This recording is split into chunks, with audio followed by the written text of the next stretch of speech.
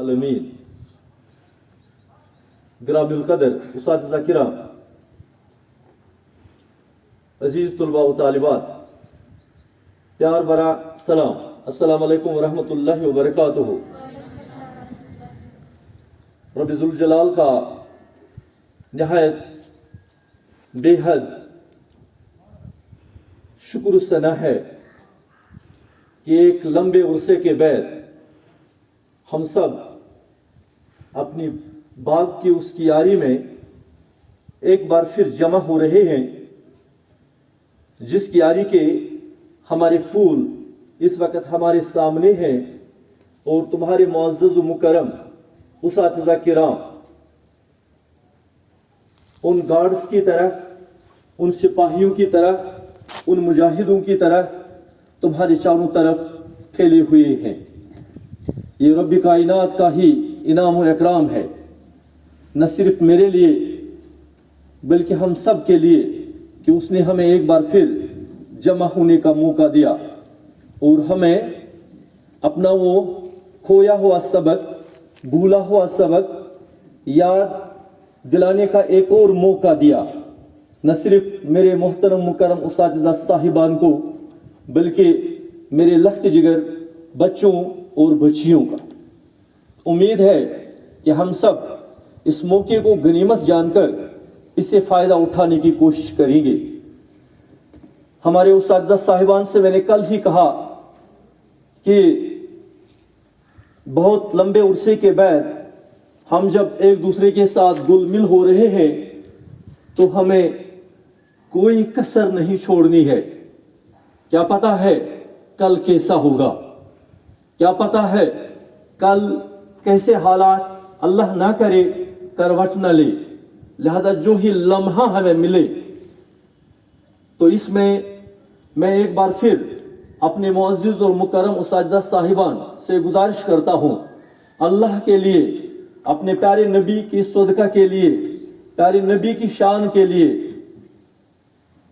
ان بچوں کے لیے، ان کی مستقبل کے لیے ہم اپنا خون نچھاور کریں گے تم لوگوں کے، آپ لوگوں کے پاؤں کے نیچے۔ یہ میرا وعدہ ہے، اس لیے کہ مجھے اللہ نے ایک ایسا کرم کیا ہے، مجھے اساتذہ صاحبان کی ایسی ٹیم اس نے عطا کی ہے جو میرے لیے باعث فخر ہے، باعث سعادت ہے۔ تو آپ سے یہ گزارش ہے کہ آپ لوگ اپنی حاضری کو یقینی بنائیں۔ تمہارے ماں باپ پچھلے 1.5 سال سے ترس رہے تھے، کب میرا بچہ، کب میری بچی اسکول کا رخ کرے۔ اب آپ لوگوں کو بھی اللہ نے ایک موقع فراہم کیا ہے کہ آپ لوگ اسکول آ رہے ہیں، تو اپنے ماں باپ کے خواب کو پورا کرنا۔ میرے پیارے بچوں، میں بحیثیت باپ آپ سے ایک بات کہہ رہا ہوں، جو ماں باپ اپنے خواب دیکھتے ہیں، اگر وہ خواب پورا نہ ہو، اس کی زندگی میں اگر وہ پورا نہ ہو تو یکدم وہ خواب تبدیل ہوتے ہیں۔ پھر یہ تمہارا والد، تمہارا باپ، تمہاری ماں، تمہارا بھائی جو خود کچھ نہیں کر سکتا ہے، وہ اپنا خون اور پسینہ ایک کر کے اپنے خواب کو آپ سے پورا کرانا چاہتا ہے۔ یہ تم سب کے والدین کی خواہش ہے کہ اس کا بچہ